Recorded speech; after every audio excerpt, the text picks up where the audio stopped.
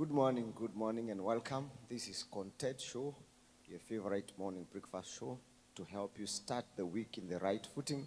I'm your host, Pastor Davis Muroki. I'm so grateful to God for giving us this opportunity to be together again so that we can continue to discuss matters that matter in this life. I want us to begin with a word of prayer, and then from there I can introduce my guests and we proceed with our discussion today. Let's make a prayer. Father, in Jesus' name, we thank you for giving us an opportunity again to be alive this Monday, this week. Even as we start off the show, we pray that you're going to be together with us. Give us wisdom, knowledge, and understanding that the matters we discuss today, they will be of importance and they will have an impact on the life of our listeners. Now I thank you and I praise you in Jesus' mighty name. Once again, you can find us live on Oasis of Love Church Mwea, Oasis of Love Church Mutidi. You can find us on Enrichers Power Talks on Facebook also. And also we are live on YouTube, and you can find us on all those social media platforms. We started off a wonderful discussion last Monday on what to look for in a partner.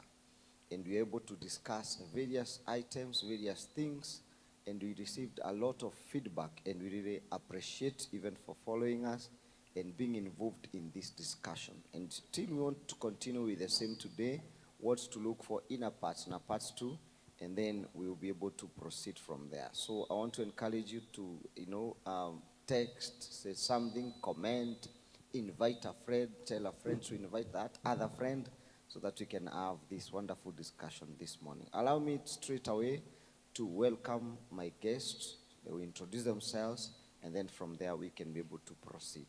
Let me begin and start off with the lady. So, karibu sana. Asante. How was your weekend? My weekend was good. Okay. It was great. We thank God. We thank God. You can introduce yourself, your name, and what you do for a living. Stella Wendia Wangeshe, born again, and I am a farmer and a YouTuber. So, yeah. A farmer and a YouTuber. Yeah. Zinaperekana. You do YouTubing ukiwa kwa farm, mama? No. Yeah. Okay, thank you so much. And I have a gentleman here. Introduce yourself, please. Yes, good morning, everyone. My name is Ngogi Karanja.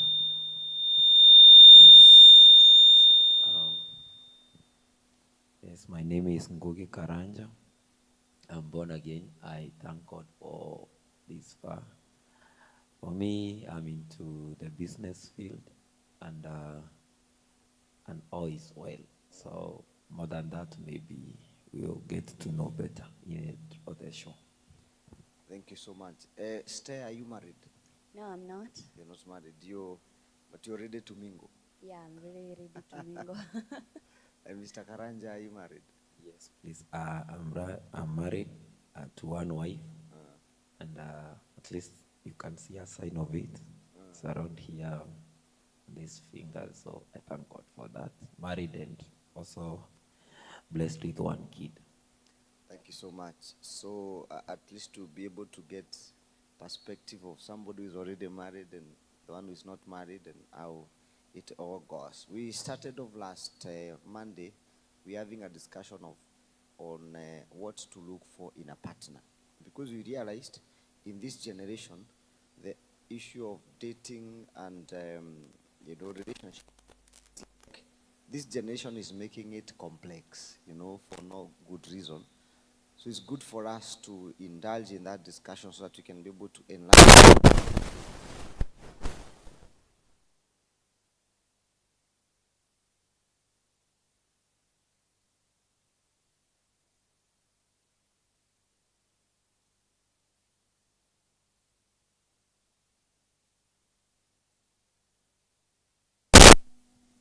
Yeah, so previously we covered on communication, and we said communication is one of like the greatest factor once you're looking for a future partner. And on this point, we got to agree we agreed whether you like the communication continuous, or for the other people who don't like it being too much, but there must be the involvement of communication. So on the other one, we talked about compatibility, and we looked at actually this happens to be one of the greatest field that we discussed a lot. Seems to be carrying a lot of things, being compatible. We included the spiritual part, and the question was, does it matter that if we're compatible spiritually, does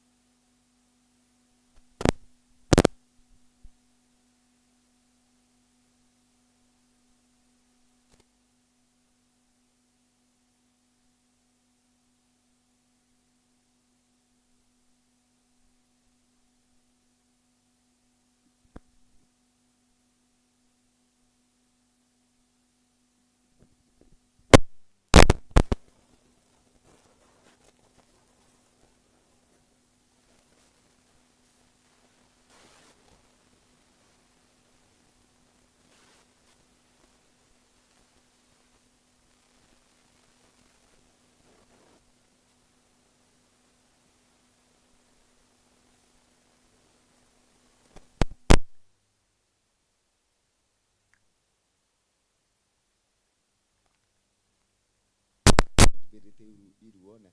I think huyu tunaweza enda pamoja. Okay.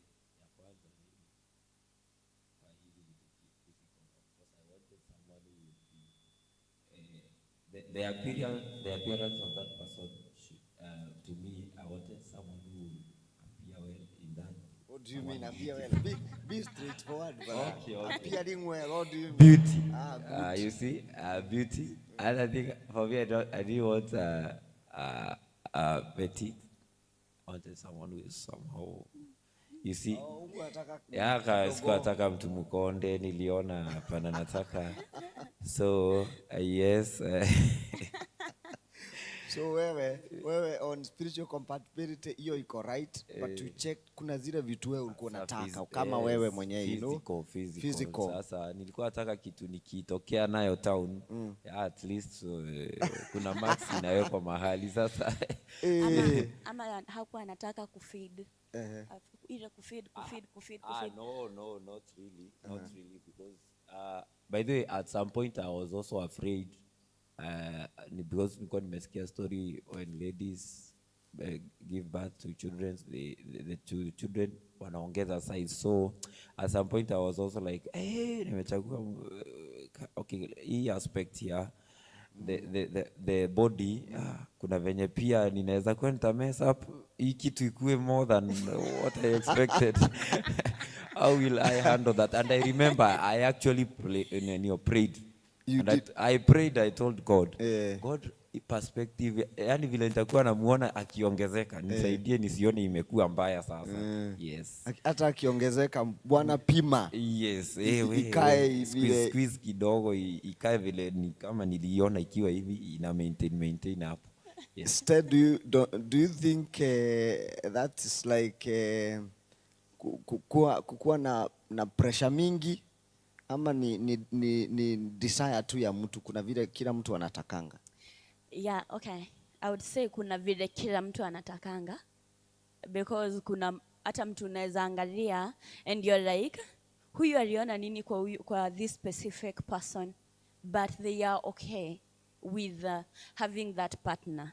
So I would say, if at all it gets to that point, because men are normally use their eyes. Yeah, men are so visual. So I would say, on this matter of men observing, they just get what they want.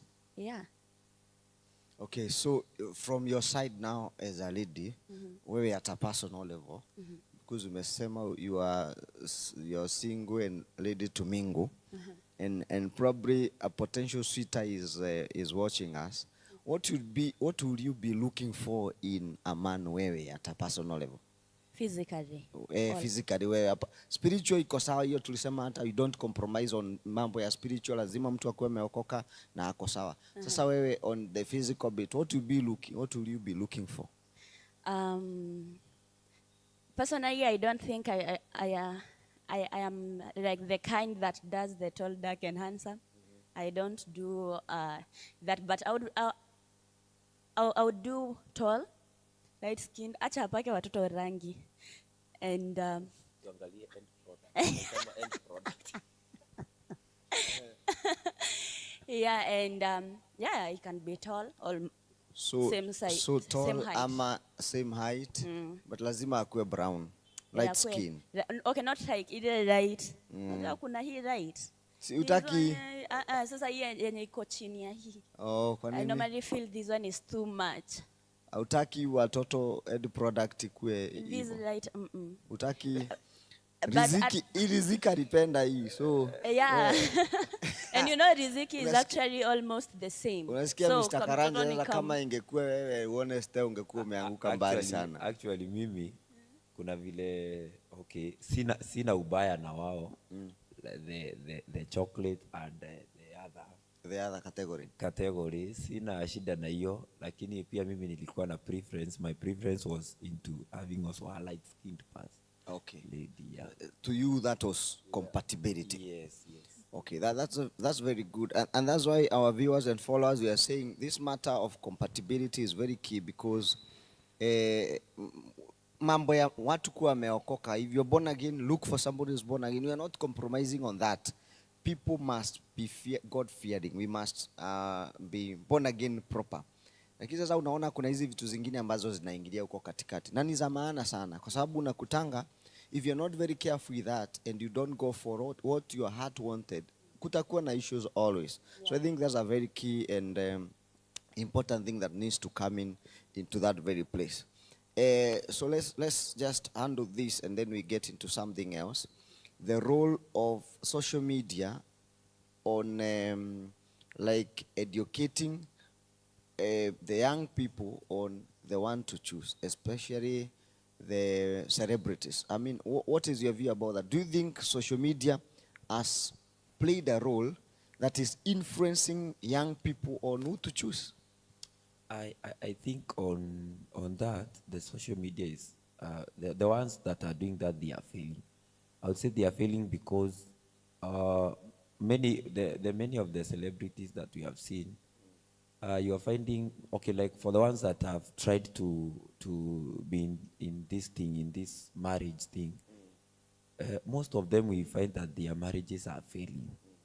And once they fail, the feedback that they are giving concerning the marriage, it is not a good feedback about marriage. And it does not necessarily mean that if yours fail, that mine will fail. So I think they should not bring out such a perspective that, the things that she or he observed from the man or the woman that person was with, you should not generalize these things to making it that even to you it will happen. So another thing also, what we as viewers or those who follow such people, we should know that okay, these people, they also don't say the things behind. You see, once I appear, I would want, most of them, they say the wanachomea, I may say wanachomea mwenzake. Wao wapeani perspective ya vile wao walikuwa kwa that marriage ndio ifail. Unaona? So inakuwa ni kama wana accuse huyu mwingine, na yet shida kubwa hata labda ilikuwa ni yeye. Again, also how they met. How did they get to that marriage? Maybe tu alikuwa huko happy, alafu hiyo night walipatana hapo wakiwa happy, alafu amesonga. Hata ajui that person anywhere. Wengine hata you have found them wakiwa kwa hizo happy ndio walipatana na mtu, hata hakujua hata huyo mtu ameoana. And then unajua tu wanaume tu amejicompose, maybe hata na yeye pia kwake hakuna kaamani, so at that day that you met alikuwa anahitaji kaamani, so alikupea all his time, so wewe ukajiambia and you see now this is what they are bringing now back to us, that wanaume hivi, it's for, and most it is with the ladies, I may say, ndio wana come out sana kusema hii ma story na nini ikumulika sana. So I may say they are not fair in doing it, and also for them also, okay, I may not say that there are others who are not real. There are others who are giving good examples. There are those that are in marriage, yes, and they are maybe giving various advices. I may not say much about those ones, but more so hawa wale wanashindwa, hao ndio naweza sema ndo wanatokea sana, and they are not fair in the information that they give. Yes, and more so because ni sababu ya hawa watu hata maybe hiyo compatibility yenye tunasema hawa take time to have that, and maybe I can take you back to about compatibility. I may say there is an inner conviction, even as, and that's why I would advocate, even when people are dating, at some point I would advocate you take a time, so that because it is with time, this conviction inakuja pia, you will hear it once, but now once you start studying the character of this other one, maybe your conviction will come scared, this is the right one, inaweza maybe kuwa proved wrong by something that you are not appreciating in that person. And another thing, once I do not appreciate something in you, okay, it is my duty. I don't just give up. Apana. No, I should take time, because one thing I believe, so that things can run, because even in marriage, this is the thing that is wanted. I mean, this person, is there willingness for that person to, huyo mtu maybe try to correct, is that person willing to correct or accept that thing? Kubadilika, that's it, yeah. So unapata watu wengi wanaachanisha madate, and maybe if you would have given that person time kidogo, ama umuobserve uone kama ako willing. Shida kubwa ni ya mwenye hayuko willing. Unamwambia kimi napendanga this way and this way. That person, if that person is real for that, I mean ako real kwa hiyo relationship, utaona anatia bidii.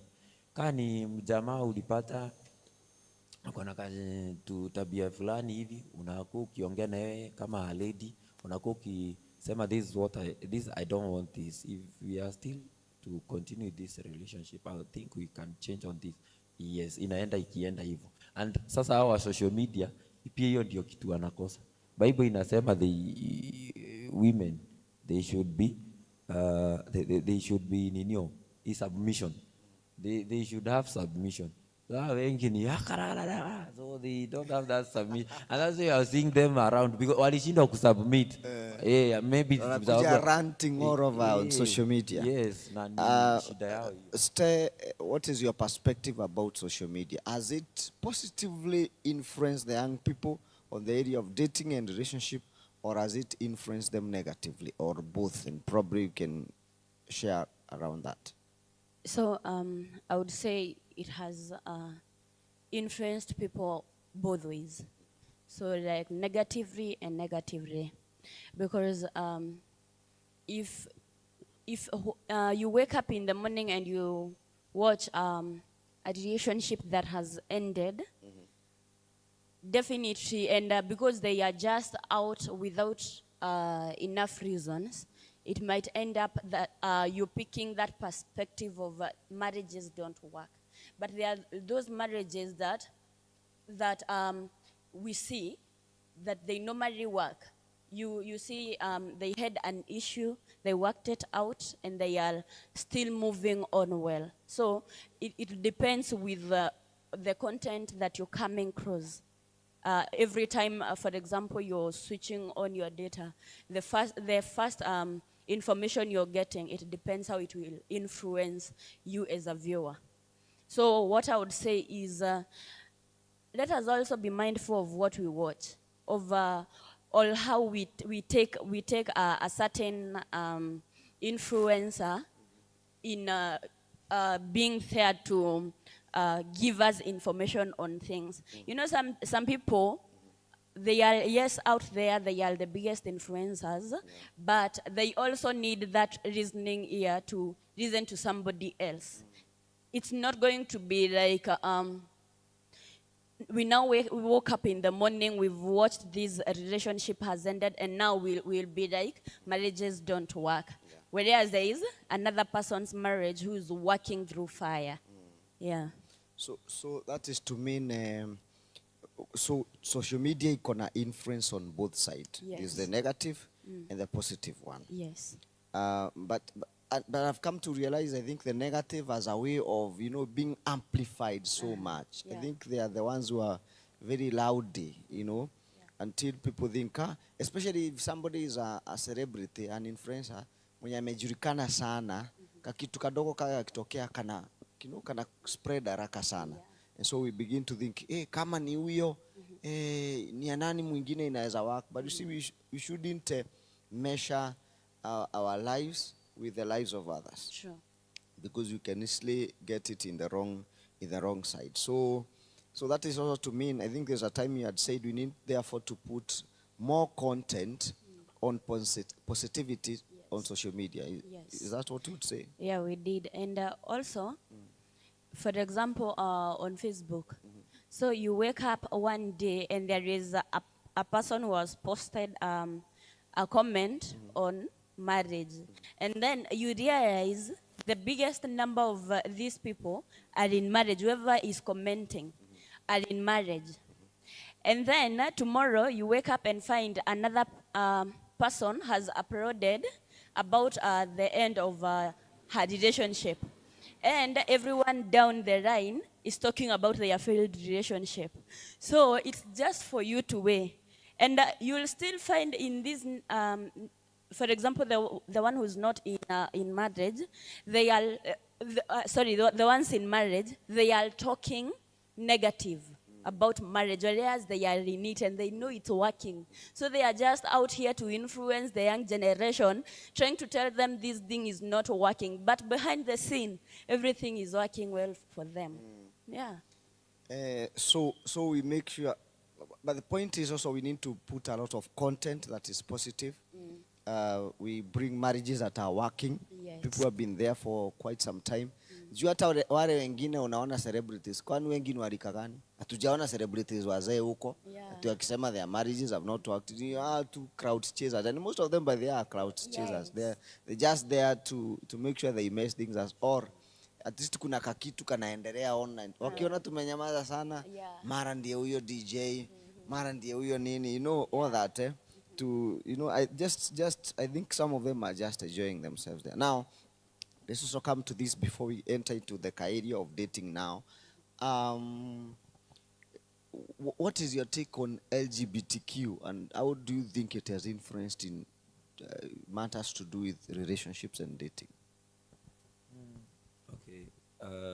Upon that one, I first say we call it a madness anyway, because as a born-again person anyway, for me, it is obviously not right to have such things. Why is it not right? Is it because you feel it is not right, or no? The Bible says it's not right. The Bible has said it does not allow us that a man should sleep or maybe relate. Okay, let me not say relate, because relation we can be friends as man and man, but we should not go to that extent. Sexual, that's the thing. The sexual bit, we should not get to that.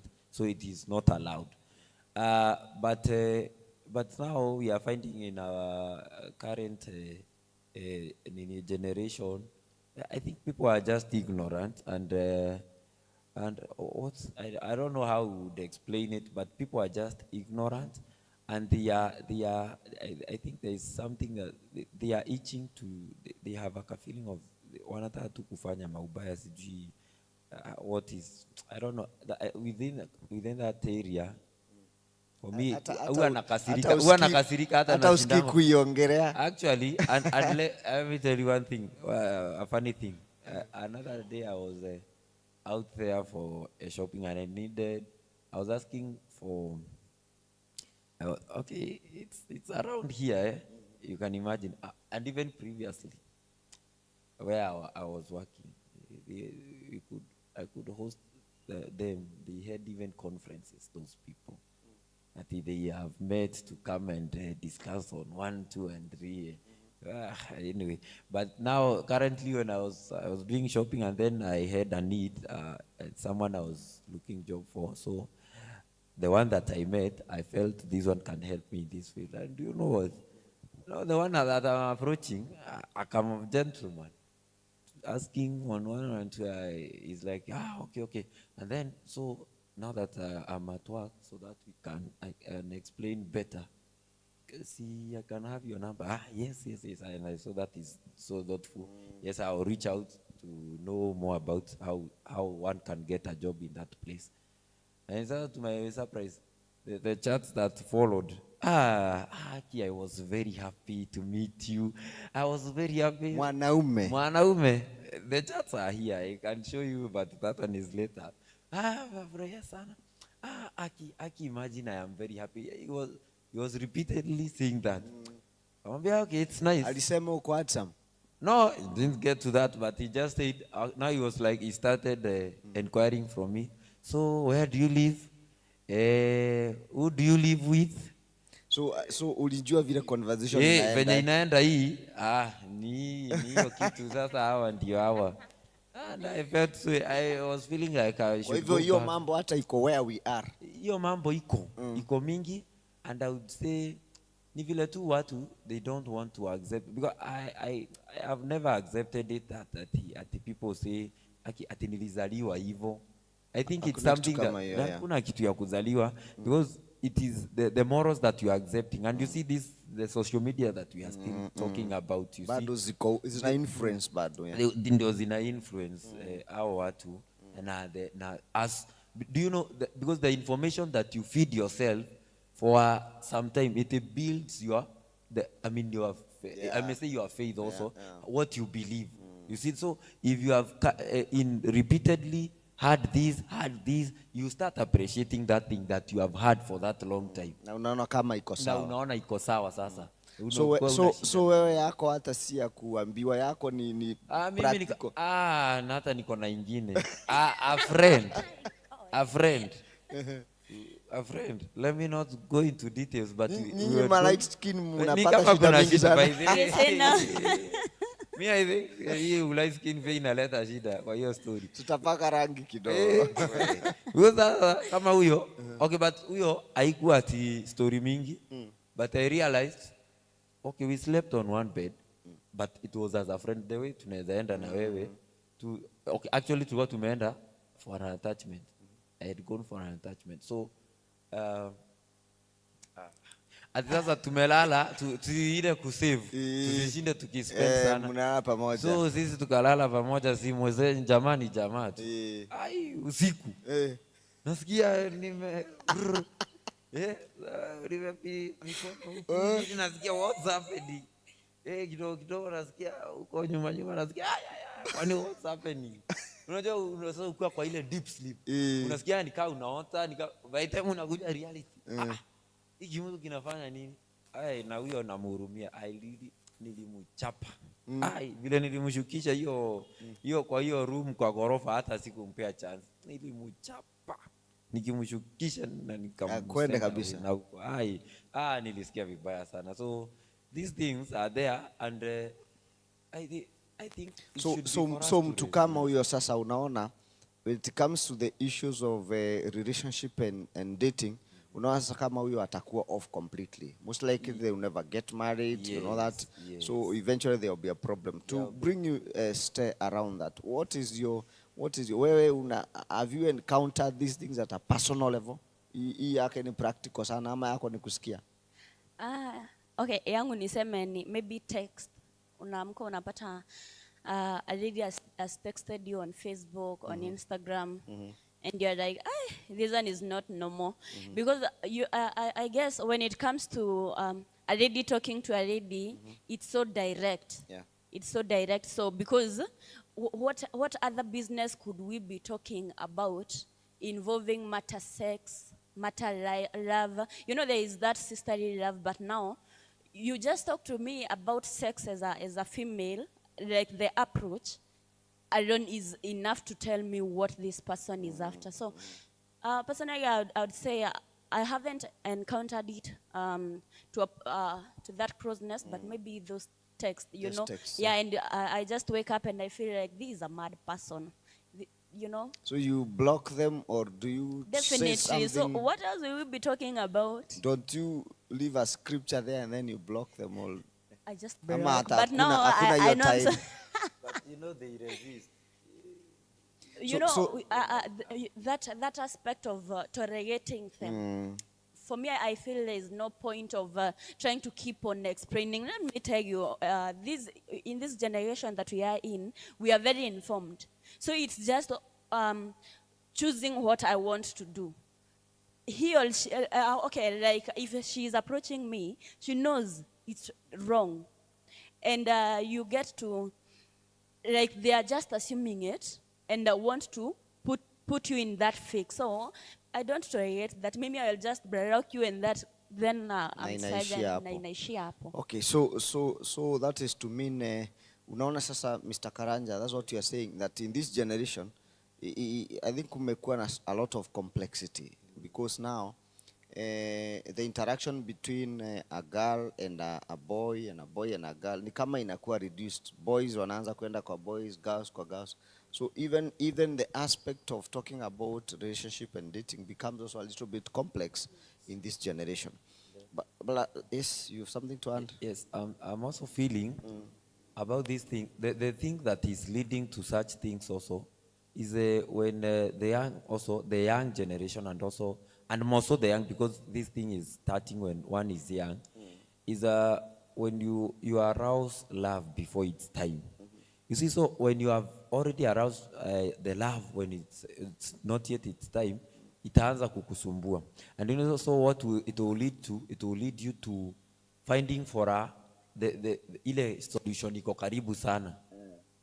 So if it is that mtu kameanza ku arouse mambo ya mapenzi from the primary level, hapa hivi wakimalizia class 7 ndio wameanza akakuja nyumbani hiyo, because right now unapata tusichana tuko na peripere mingi na ni tudogo bado.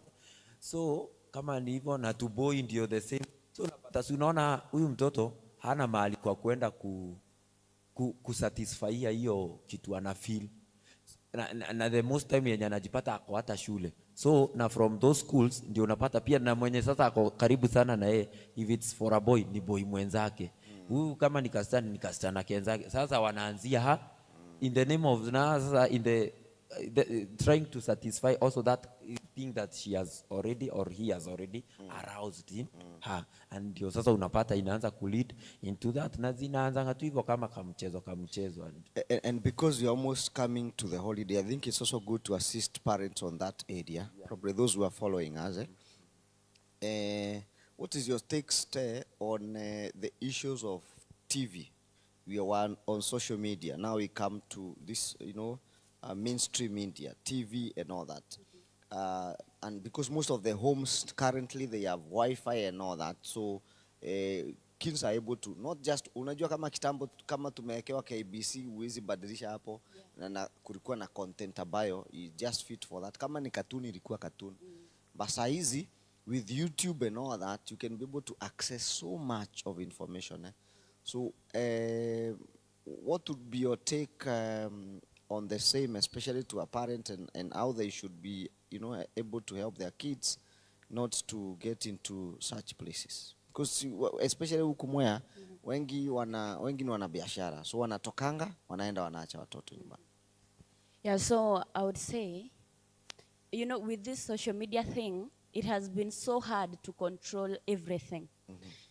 And then you'll wake up and find a 1-year-old is owning a tablet in a home. So, in this instant, because kama mzazi, I don't want to give my child my phone, so you can have your own at 1 year. So this kababy is growing up in an environment of access. Like by the time anafika, anajua this is an A, this is a B, this is a, and then as he combine, he or she can search anything. So that is how hard it's getting to be able to control. But on the side of parents, I feel like we're supposed to be sensitive about what our kids are watching. You know, I have also seen some TV being closed because they showed something in a cartoon. These are real things. Because there was a sexual kind of videos in a cartoon. And if you realize cartoons, or you get into YouTube channel, you'll counter check and see cartoons are the most watched video. And you're like, did adults watch these cartoons? No, it's kids who watched. So you can imagine if this video was publicized, how many kids viewed it? And you will wake up and find 5.4 million kids who watched it. And so, you know, the mind of a kid will be like, so what is happening here? So they will want to, as they are growing, they want to know what happened. If I try it, what will happen? So I feel like as parents, you're supposed to be sensitive. Let your kid have a phone at the right age. You know, where you feel like now this is a very mature person, he or she can handle themselves to a point of, I don't feel like, you know, like the way if you have a daughter, you know what you want them to become. But as for themselves, they don't know yet, right? Like right now, if I have a girl or if I have a baby boy, I'm looking straight to their future. But for the kid, anajua ni hapa, na ni hapa, ni kule, ni nare, and then I sleep, I wake up tomorrow. They don't see that future now, not unless that future is being spoken. So if the future yenye ana watch right now is garbage, so in the future we are going to expect garbage because we say it's garbage in, garbage out. So if they get the garbage in, definitely by the time we're trying to rectify, hapa hivi watu watakuwa wamefanya deliverance wakachoka. Yeah. And on like YouTube, I think naonanga kuna community standards. So like if something is not okay with a certain channel, there's a possibility of reporting the channel, right? Yes. I think there's something also parents need to do, so that if you realize a certain channel kila wakati inaletanga cartoons zenye ziko na sexual connotation, it's important for us to join hands together and report. There's a man called Edmund Buke said, evil prevail when good men do nothing. Yes. You know, sometimes we are so silent. It's like, you know, hata nikisema na ni mimi peke yangu itasaidia je. But you see, inaanza na mimi, inaenda kwa Mr. Karanja kwako, tuna report wengine the same. Yes. And then, you know, your kitu inaenda around, tunasema, hawa watu, they are not giving right content, you know. Sure. I think also we have a role to play in the same, in protecting our kid, yes, and all that. So, do you think, Mr. Karanja, it is important for a parent to like, you follow before probably your kid watches a certain cartoon, already you are aware what the cartoon entails? Do you think that should be the case? Exactly. Actually, I was waiting for you to give me the chance. I wanted to put that point, that the parents should be concerned. The problem we are having, we as parents, we are, I may say it's like yes, we are busy, but we should not be busy to that point that we are reckless of everything. Yes, I should be concerned, even if it's not while my child is I mean, they are maybe or watching, but once that child goes to sleep, okay, if there are things that the child has downloaded, you should go through those things, know what the child is watching. And you see, what we have with children, it is when one is young, that's where you know, they get information, they feed themselves with information, even we ourselves. That's why it's easy. I mean, that's why children grow and have several principles, but it is upon what that person was taught when he was young, because their mind is still but that's the right time to model a child. Yeah. So we should make sure that we already know, we are concerned to know what content is this child feeding to the mind, because as we have said, that information that child is getting is that information will build and pile and make that now the child will be forming principles from what he or she knows. Yeah, the value system later in life is formed. In fact, they say a child, by the time they are getting to 7 years, wanakuanga wameform value system and standards. Sure. So Yes. in between 0 to 7, you must make sure they are feeding on the right content. Because if that does not happen, then there will be a problem. Yes, and actually we need to capture that from when they are still that young, even months and even that 1 year. We start from there, because once we sleep from that early stage, tunakuja kuwakapcharia na huku 4 years ndo unaanza kurealize kuna venye kamutu kameanza kwenda hivi. We should start huko mapema. And also, as the Bible is saying, that parents, they have a mandate to kulea watoto kulingana na neno la Mungu, so that even when they grow up, hawataachana. So wewe, because you may not regulate kabisa social media, because also they are growing in this era now, and at some point utarealize hata kwa hiyo mambo ya technology and the mambo ya online, it is where that also they shall know a direction in their career. You see, so you may not restrict them kabisa. So let them have freedom, but you as a parent keep on speaking things to that child. Kama sasa ni ana we before hata hawaianza kuwatch kuanga ukimujulishanga yeye already anza kujua kuna this dimension. So what you're trying to say is we have a responsibility. We may not necessarily tell them ini mbaya, you know, like kila akwambia mtu ini mbaya. You know, when you tell somebody ini mbaya, they want to investigate to know kwa nini ulisema ni mbaya. But instead we help them to grow in moral values and standards. So wakikuta kitu wanajua this is not relates with my values, so I should, you know, put it aside. Thank you so much. So let's quickly get into something else, because you are not on that area of what to look for in a partner. But let's look at probably like 2 or so point on what apart from communication, compatibility, fear of God and all that, what else do you think one should look for in a partner, especially from a lady's perspective? So I would say honesty. It's also a fact to consider.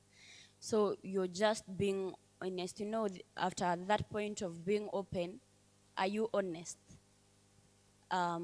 So I would say if you have an honest person, you know what they are capable of and what they are not capable of. Is honesty truthfulness? Yes. Okay. So now you can imagine also being in a relationship with a person who's not honest. And then there is also, okay, let me put it honesty and then their traditions. You just put them together. So if this person is not honest and you want to know about their traditions and they ain't honest, so of course you're not going to get anything truthful from them. So I would say honesty is a big or a huge factor to consider. Yeah. Honesty. So what is your take about that? When somebody is looking for a partner, you also check on their level of truthfulness? Okay, yes, but at the same time, I would say that all these things are tied into the spiritual part of it. Because once your partner fears God, you see, this is the root of everything. Once I fear God, it will be God restricting me, not even you. It is God who will be restricting me. So in everything, my reference will be, how is God viewing this thing? So once I lie to her as my partner who maybe una date, itakuwa ninahauntiwa na God this other side. Unadanganya msee. You see, so it is all around hapo kwa the spiritual part of it. Yes. About the honesty, hiyo nitasema much of the character based thing, it is tied into kama huyo mtu fears God. Because as a born person, we should not be restricted by men. It is God himself. So we should fear. Now the fear itself is doing wrong, ukasirishe Mungu. So hiyo ndio itani restrict. But here is not God looking for a partner, it's you. It is not God looking for a partner, yes. But you see, okay, it is definitely that if you look for a person who is God-fearing, of course you will get the honesty in him. You know, utapata faithfulness in him. Utapata these things that are connected to spirituality. Utazipata. Okay. Because hata hiyo ya tradition. Sasa utapata if one is if fears God and is born again. Currently, like now, I have a situation with one of my friends who believes I can say something because anaendelea kuingia kwa hii story ya marriage. So like she's a lady. Sasa juzi ananipea a situation where wameenda kwa wazazi and the mzazi to the guy anamwambia, anamuita kando, anamwambia na by the msichana wangu kuna mali nataka kabla tukijuana sasa na wazazi wako, so sasa kabla tuanze mambo ya marurashio na nini, kuna mali nataka nikupeleke. So guess hapo mahali ni wapi? Ati akazungukwe hivi atengenezwe. Ati the father to the guy anapelekanga wasichana wake na watoto wake tu akaplace watengenezwe, wazungukwe, wakuwe sawa. You see now? What do you mean kuzungukwa aje? Si sasa apeleka kwa daktari wa kusecure a destiny. Kusecure destiny. Ni ile kule kwa Karomaindo sasa inaitwa aje? Msichana wake sasa hata akiingia kwa hiyo familia ako secure. Security ni tight. Hata sumbua mzee mjamaa nao, such things. And you see now identify that the problem is once I asked her, and how is the man kwa hii side ya spirituality na fear of God? Kasema are you konini sana, so you see already kukosa kukua born again already inaleta sasa mashida zingine. And actually hata ni usiku I released a text to her nikamwambia, as far much as I may not control much about you, but nikwambie where you are entering into, you are unajiletea nikaishu na unajiletea mavita mingi sasa, unaona you will fight much. So niko naona namwambia at some point hauhitaji, you already have the chance to kujinasua from all these things. Kabla uingie juu, kisha ingia ujue sasa hivyo. Unajua shida wengine by the most are ignorant. Utamwambia hivyo na kwanza hata aache stories zako sasa endelee. Kikiumana ndio atakuja leta. Anakamba by the way kile uliniambia ilikuanga ukweli. What else do you think we should continue and look into when you're looking for a partner? What other factor in your thinking do you? Okay, let me ask you. Apart from the things we have already discussed, what else did you look for in riziki? Okay, for me, okay, I would say the vision also in her, unaona, what is her perspective on the coming future? Yes. So una try we kulingana na yako.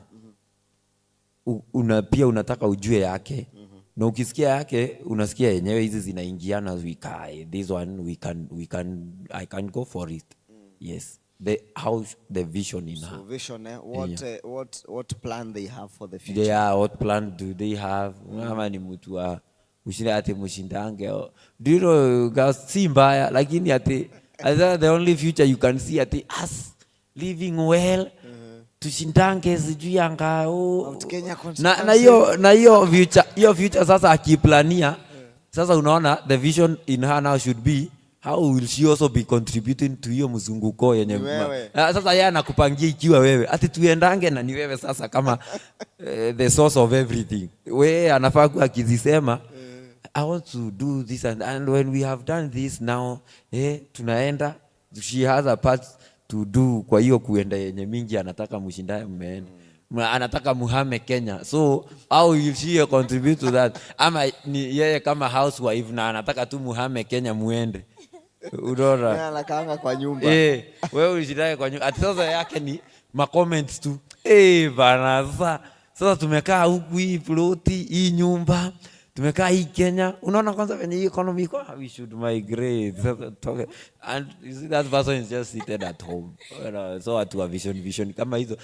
Vision zao ziko based on mastare tu. Na ndio hizi vitu za social media hizo.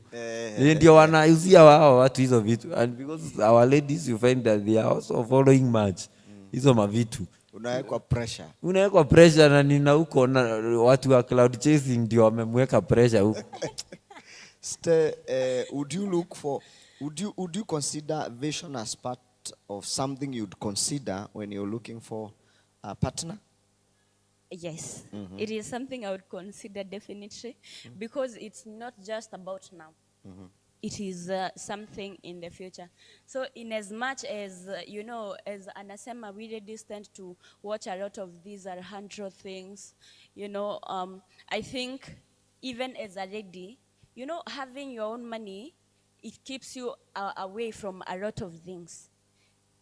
If a man realizes you have something or you hold something, even the way they treat you.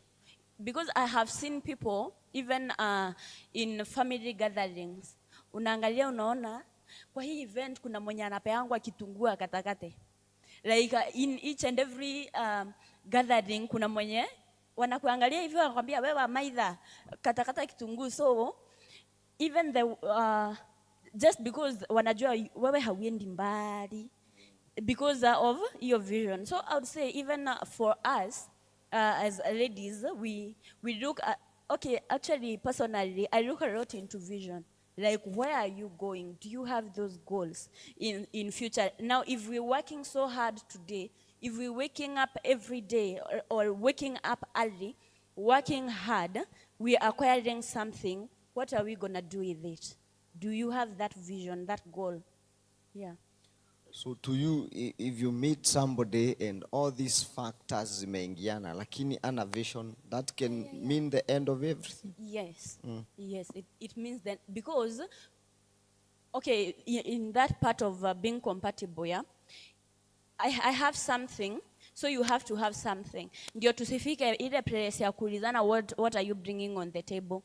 If I'm doing my farming and you're doing something else out there, you're in your own business, by the time we're coming evening, we are not going to be discussing at a lot. So now, it's not going to be like we don't have, but we have, so what can we do? Having a vision is something I would say, I would consider it at 95%. Yes. Okay. I think that's powerful, because that's what keeps, the family moving, and it drives the family. You can imagine, just like what Mr. Karanja is saying, we're waking up every morning, we are thinking about twende Olpajeta, twende wapi, twende wapi. That Masai Mara, twende tukaone wild beasts zikivuka Mara River.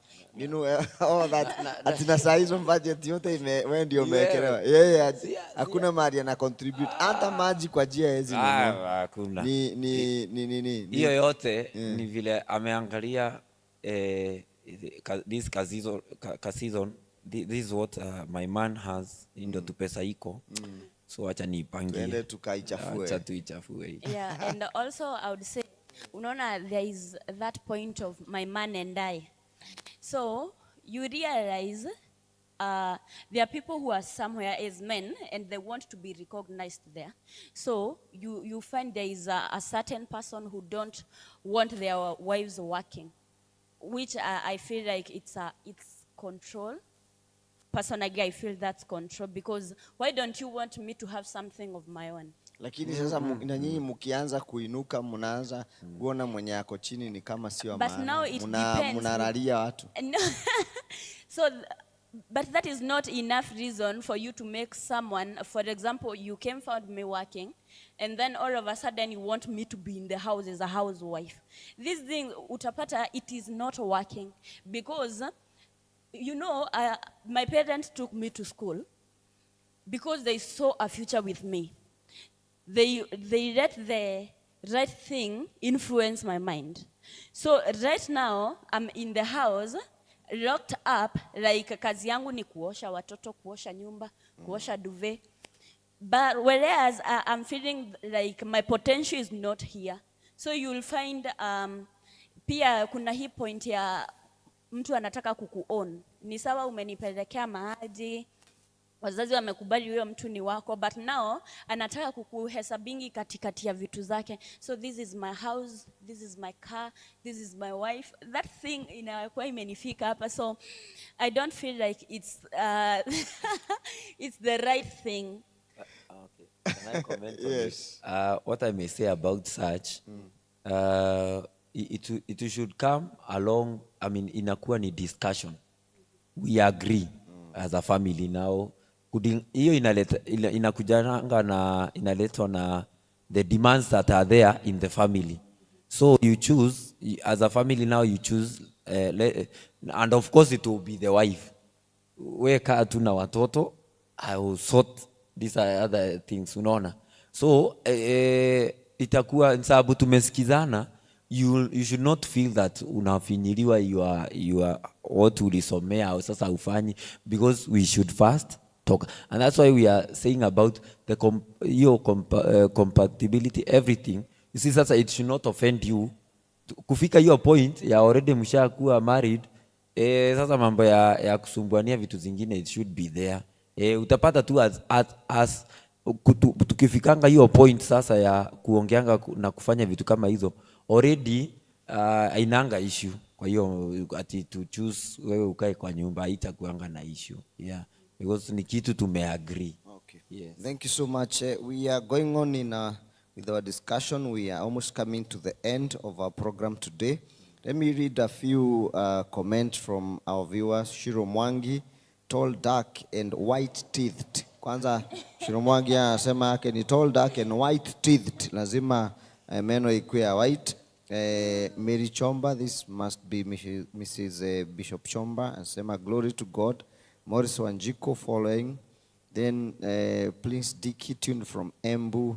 Mary Kamodho tuned from MK. Masharia wa Jesus watching. Then Christopher Muthia anataka tuhame Kenya na hata passport hatuna. And Doreen Kenywa following. I agree with you, girl. In this generation, being a housewife is not applicable at all. Yeah. Fiona following. Mary Kamodho is saying, I think men should provide at least 80%. The moment a woman starts to provide or shares responsibility, most of the marriage don't stay. Men should be allowed to provide everything. That's okay. It's a good perspective and a good view. Thank you so much for following up, and we appreciate your comment and your views also, because lazima tusaidiane. Hii kitu lazima iwork vizuri. Gitonga Nathan, thank you for following. Hakikisha unafuata kabisa na uandike notes Gitonga wewe Nathan, sababu na kuona uko mbali sana.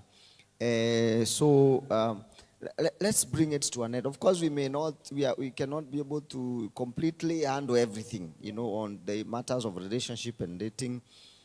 We are just touching here and there so that at least mtu akuwe na kakuru akienda kutafuta ajipange vizuri. So I just want us to, in a few minutes, to at least each one of you to give me this perspective of what do you think is the major, you consider as a major issue in the area of dating in this generation. What you consider as a major issue when it comes to dating in this generation. Ni kwa nini kwanza wewe mko hapo? Ni kwa nini mnaonekana ni kama mko na issues na dating? Yani imagine hata sisi hatuelewi. So what do you consider as a major issue or contributor of the many things that are going on around dating and all that? In every scenario of between the two of you, nani alikula skari? Kuna mwenye alikula na kuna mwenye anabrimiwa. So I would say in this situation, we tend to know everything, but or maybe when we're looking for okay, I don't want to call them a perfectionist, but there is something that maybe unaangalia, kuna kale ka point kamoja kenye unaangalianga kwa huyu mtu, and then you realize all of a sudden they don't have it. They have everything else, but they don't have it. We are not like, okay, let me say we are somehow confused, but not like literally confused, yeah? So let me say, iyo ako ka confusion kenye kanaka mingi in, of you don't know what to do, when to do, or even the approach that you're supposed to be giving it. And also you realize you get to this relationship inakufrustrate. You get to another one, you get even more frustrated. So you just sit down at that point of, now let me relax and observe. And you realize, especially watu wenye wameguza 25, wako sasa hako ka state ka, umerelax. Sababu hakuna kitu sasa hujaona stories za relationship. So una decide, acha tu nikae nijiangalilie mchezo. So I would say we've gotten to that point of just letting everything ni kukapitia, ni character development umechapwa sana, ama ni kumeenda aje, ama ni hiyo superlative, frustrated more, I mean kama bigger. So it's raging just somewhere inside there.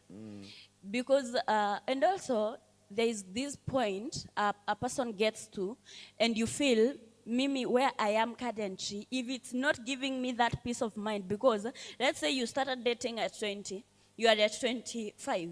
That is like 5 good years of experience of getting this frustration, being confused, not knowing what you want, facing a lot of things in life. Whereas, akaka age, unajua unashindangwa, what am I supposed to do? And you're feeling like right now is the time enye nafaa nikuwe with a lot of everything. When I get, so nika age very confusing. So what I would say, it's you could get level, if it's not giving me peace, watch I kai. And if at all nimepitia hizi frustration zote, una feel like, let me now sit back, relax, and niangalie wenye wako kwa mchezo. So wewe uko wapi? Uko kwa kuangalia ama? Mimi niko kwa hiyo ya if it's not giving me peace. But let me tell you, unaona, my peace of mind normally comes before how someone else is feeling about me. Because mimi, I normally feel like, for example, today ni pagawe. Nianza kuokota takataka huku just because sina ako ka peace of mind, you know. Simtaanza kunipoint in a way like, huyu mtu na alikuwa msichana mzuri, alikuwa anafanya bra bra bra. Then all of a sudden nimeanza ni watu wachache sana they are going to be concerned about you. And even those wenye wanakupea your depressions or anything, they are not gonna be concerned. So mimi, I normally say if it's not giving me peace. Na I guess that is why relationships zangu mingi uishia week 2. Because if it's not giving me peace, afadhali kai. Yeah. But so don't worry, the Prince of Peace will come into your relationship. Amen. Yes, Mr. Karanja. Unafikiri generation shida yao ni nini? Wewe umerealize kuna kashida? Sana. So what do you think is a problem? Okay, nasikia niko na mambo mingi kwa hiyo ka area. Okay, let me start by saying, probably can give us 2. 2. Yeah, 2. Okay, ama wacha nipane almost kama zote but very fast. Why? Because I'm okay. One thing. Nataka ubakishe za next time. Yeah, you don't feel okay. Ili next time okay. Ukiwaambia tuko hapa wakue hapa. Yes. Okay, sawa. So okay, let me say one thing about our generation too. I think they are impatient. Kuna hiyo story ya kukuwa impatient. Sasa umeanza kudate, si ndio? Sasa umedate leo, hata uja give time to kama sasa, okay, like stay saying, okay, not referring you, okay. Ni vile you are the closest example yenye tunaweza anza nayo. Your peace. Ni sawa unaifaa upewe peace. Lakini sasa within 2 weeks, how are you consigning peace? Anyway, okay, don't answer that one. Yeah. But I think for our generation, we should, like for me, I dated, okay, I'm not using my case ati kusema hivyo ndo inafaa, but for me I dated for 4 years. And kwani ulikuwa unasomea course gani? Did you graduate with any degree in the relationship? 4 years hiyo ni course, ungekuwa umemaliza campus na degree. Of course. Yeah, okay, I understand. Of course, okay, you see, and I would say that was good for me because mi nilijua mtu bila maharaka. And that I may say that thing inakosa sana. Because relationship za sahi na wase vile wana date sahi ni I think ni mambio mingi. Unapata msichana na hiyo kitu ya kusema unaona hika kitu ya haja achieve this and it is not bad. Haja achieve this, wanajiekea. Unapata msichana yes because imechange sasa hiyo narrative inakuwa sasa ati msichana akuwe na vitu zake. So unapata msichana ameenda na huko amefika ma 25, ma 28 akichase kwanza akuwe na gari, akuwe na nyumba, akuwe na hizo vitu zote. Hiyo ndo alikuwa ana chase kwanza, anatoa mind ya kudate, si ndio? So time anakuja kudate it's already at some point inakaa very late for her. So anakuja akuwa ameenter into a relationship tu hivyo bila money. So unapata ma frustrations ina bit here and there. But if only we can take time. Kama uko na mtu wewe si uko kama ni university, I mean say dating from when you are university mimi sioni ikiwa na shida because now from there kwanza uko na rafiki, unaanza tu kuendelea hivyo pole pole, at least you have an advantage. Huwezi olewa kama uko university, so hiyo inawawekea distance ya muoani, so unaona, like for my case, so mumewekewa hiyo gap, hatuwezi oana mpaka niwaimaliza shule. So unaona hiyo itawa give time kujuana zaidi, unaona. So hakutakuwa na hizi ma frustrations za nini mingi, unaona, za dating, because you have your time. Unajua huyo mtu, unajua ukiona haijaingiana unaacha, there is an open chance maybe utapata mwingine ujaribu. And another thing that is, I may say to me pia inakosea, vile umesema niseme points zote ni sawa tu. I may say as we I may not tetea much those who are outside, but I reference those that are born again. I may say also this factor ya kujipeana tu, the sex part of it. I may say it will really cost a lot. Because you see now, if from the first time mshalala pamoja, sasa unaona hiyo at some point hiyo imeenda tu, inaanza ndio inaleta hiyo maboado. Mtu anasikia already haina taste tena. But unaona kumeka mtu keheli pale tu, umemweka tu, also itamgrowisha patience yake. And because we are talking of people who are fearing God, also watakuwa tu sawa, like yani itakuwa na positive impact. But if from the first time mulilala pamoja, so everything will be boring. And also you realize, to such people, for your relationship, it will be calling like for just talking on marriage, vitu za watu kama wako married always, unaona. Matopics mtakuwa mnajipata zinaitisha tu kuongelewa ni kama za watu tu wenye wameoa. So unapata hata mudate, si dating unafanya, it's like you already married. So ndio unaona hizi makubweka zote, because again sasa yani ina contradict everything. So I would say if it is possible, you withhold, like for ladies, we withhold hiyo kitu, usikubalie, usipeane, we kaa nayo tu, kaza tu, kaza, musongeshe hiyo relationship. Mtu hata mkidate, mwanaume asikuange na mind that kuna time yenye anapewa hiyo kitu. No, ndio sasa tukidiscuss ka topic anakaeka kando sababu anajua lazima kwanza tumalize. Wewe as from the time mnajuana, ajuange hiyo sasa, hiyo ni kusahau kitu kama hiyo haiko kwa history. Hiyo ni ya marriage. Hiyo ni ya marriage. Ndio sasa unaona hata vitu sasa mtaanza you will be able now to concentrate. Hii mambo tunasema ya vision, hizo ndo vitu utaanza kuona mna exalt. Wewe unaanza utasikia sasa the seriousness ya relationship itakuwa inaonekana. Lakini kama mmesonga sasa hakuna kitu utakuwa unaendeleza. Thank you so much. We cannot exhaust everything, our viewers. There are so many things to discuss. So we come to the end of our show for this day. And I want to thank Esther and Karanja for really having participated in this discussion. Let me read a few comments and then we come to a conclusion. Shiks Jenny, leo umechelewa ni ukweli. Nimechelewa wapi sasa? Sijui kule ulikuwa umechelewa leo. Christopher Modhi, Shiks Jenny at Karanja amesema hakuna mambo ya kila weekend Maldives ama kuswim Mwea. Si hatujachapia biashara ya mtu wewe. Tujasema hivyo, hapo unataka kuharibu. Mpaka hata umesema Shiks Jenny aseme anaharibu kazi. Si kuharibu, ni kuna watu tulikuwa tunataka kufix mahali ili wasitupe pressure. Doreen Kenya, I agree, patience ndio watu wengi wanakosa. So in case I didn't see your comment, you know, last time my wife commented na sikuona, nilipata shida mingi, so I'm hoping Aki uja comment vile ati sijaona, siku ignore, ni vile sijaona comment ingine.